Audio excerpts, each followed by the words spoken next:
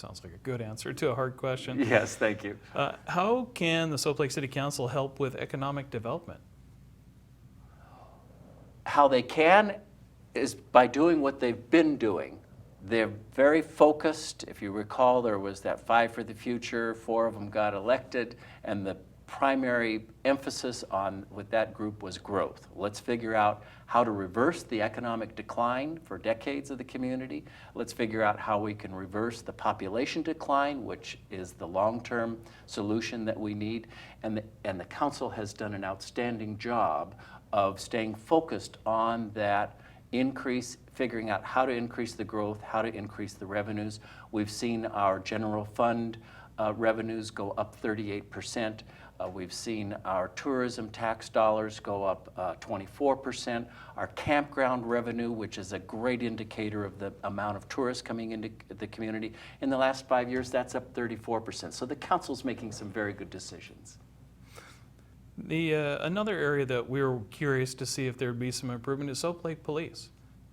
Do you have any ideas of how you can continue to improve the department?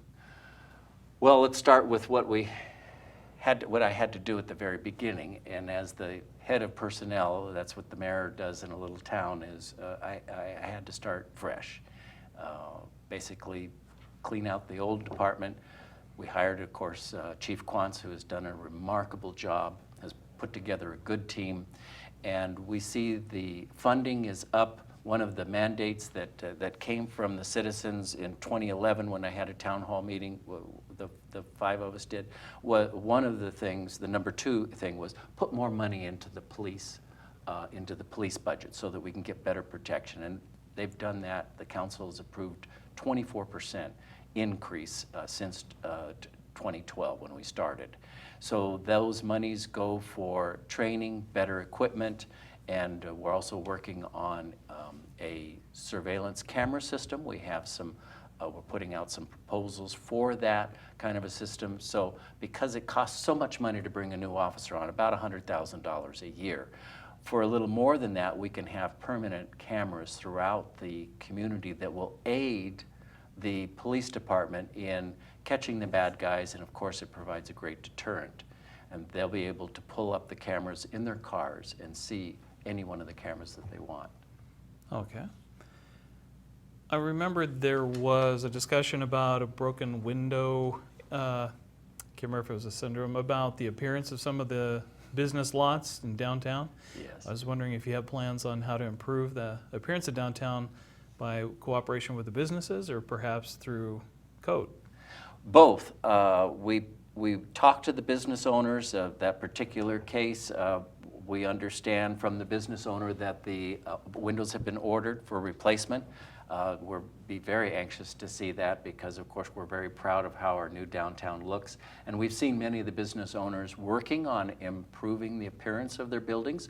We've also received word from the food bank, which is right there at the beginning of Main as you turn off of Daisy, and they're going to be doing some facade work to improve the appearance of their building.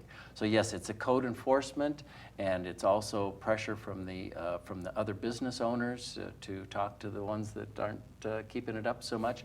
With regard to overall code enforcement, last year we had 76 complaints come to the code enforcement officer, whether it be weeds or abandoned vehicles and refrigerators on property. All but 4 of those were resolved. This year that number is down to 32. So we're seeing, because we're putting so much emphasis on code enforcement, and there's plenty of room for more code enforcement opportunities, but we are seeing that coming under a manageable number now. All right. One of the issues that I've heard about, and you mentioned briefly, was improvement of street surfaces, potholes and eroding concrete. Do you have some idea for plans on how to improve the road surfaces in the city? Well, we have, a couple of years ago, the council passed the Transportation Benefit District ordinance that allowed for the creation of that district, that allowed the city to collect $20 in vehicle tax, the registration fee. That number has grown our street fund to $33,000 in the last year and a half since that was passed. That's just the revenue from that, and that's added to about the $60,000 that's been in that account.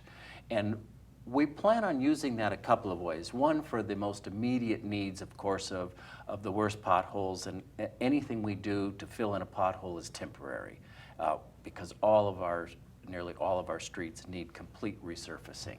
So the idea with those funds is to leverage those as match funds. You know, the $2.4 million downtown renovation took $112,000 in match funds. And so we want to have in our street fund, we want to be able to have those monies available to match when we get some grants for it. Okay. Do you see any potential expansion of Soap Lake city limits, like properties or areas that you think might become part of Soap Lake in the future? There's always talk about that. That would be the general annexation, for example, of Lakeview Park into the city. Controversial, not sure that it makes economic sense for either side. We do have people, investors, developers that are looking in the urban growth area outside of the city limits that they'd like to acquire and bring and request annexation into the city. There's several developers that are looking at that. Okay. And it wouldn't be a normal election conversation without at least asking the status and when we're going to see the lava lamp. Ah, the lava lamp. You know, Bill, I always get a kick out of people asking that question. Wherever I go, I was just at a rural communities downtown revitalization conference in Ritzville yesterday, and guess what? There are people that come up that know that I'm from Soap Lake go, how's that lava lamp coming along? Whenever I go to any of the conferences, state conferences, and they see that I'm from Soap Lake, they always ask that same question. What's going on with the lava lamp? It is alive and well. There is a small committee that is committed to developing the lava lamp. The council gave authorization to the mayor a couple of months ago to spend up to $10,000 to research some of the legal issues that surround using the trademark image of the lava lamp, and also to be able to use the words lava lamp. So that information is still being worked out between our attorneys and the trademark specialist attorneys. We're getting some input back from that. We expect to have a green light to move forward with the fundraising. All we need is $1 million and we'll get our lava lamp. Oh, that's all? That's all. Now, can you remind people the connection between the idea of a lava lamp and Soap Lake? Well, of course, the lava lamp idea started with our famous Brent Blake, and that was about, I think that was back in 2002. It's about a 12-year-old idea. And of course, it's been heard all around the world. What was the question? Just the connection between lava, the connection, yes. lamp, and well, lava. What are we surrounded by in Soap Lake? Lava. The basalt, all the Grand Coulee, the Ice Age floods, they all exposed the tremendous volcanic activity that happened in the area. And of course, the giant lava lamp was conceived by a Soap Lake artist. I think he also came up with a soap henge idea at one point. Yeah, he had soap henge, and he did the crop circles in the shape of the lava lamp. Yeah, we miss Brent.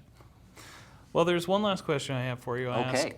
every person running for office. Okay. Every time we've ever done election coverage. Some people think it's kind of a little cruel, but I think it's a fitting question for voters.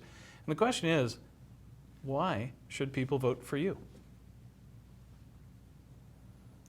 When voters are presented with two choices, in Soap Lake, in this case, somebody who has a proven track record of getting things done, making things happen in the city, working closely with the council, working closely with the citizens. That's all been done. It isn't something when I ran 4 years ago where I said, this is what we want to do, this is what we hope to do. We can now say what has been accomplished, and it is significant. And there's a great deal more to be done. Again, our parks, we're going to do some tremendous things with our parks. and of course continue to work on the infrastructure. Our number one issue, though, is population. That declining population affects the economy, affects the businesses. You know, people say, well, we need more businesses. Well, before you have more businesses, you better have the people that are going to go shop there and support them.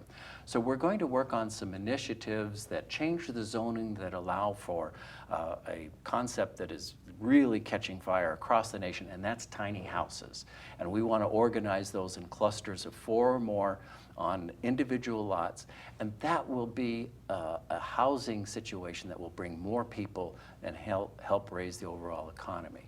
So the choice for the citizens is, do you want growth, do you want to continue that, or do you want the status quo, or maybe not growth, because I don't think there's such a thing as status quo, because when you're maintaining that, everything underneath your infrastructure is deteriorating, and we have to continue to be aggressive in our economic development. All right. Well, thank you very much, Raymond, for joining us and talking about the issues. I appreciate it. Bill, thank you for inviting me. All right. We have more episodes for local elections on Channel 1. Be sure to watch the ones that are appropriate to your area before you vote if you can. For iFiber 1 News, I'm Bill Stevenson.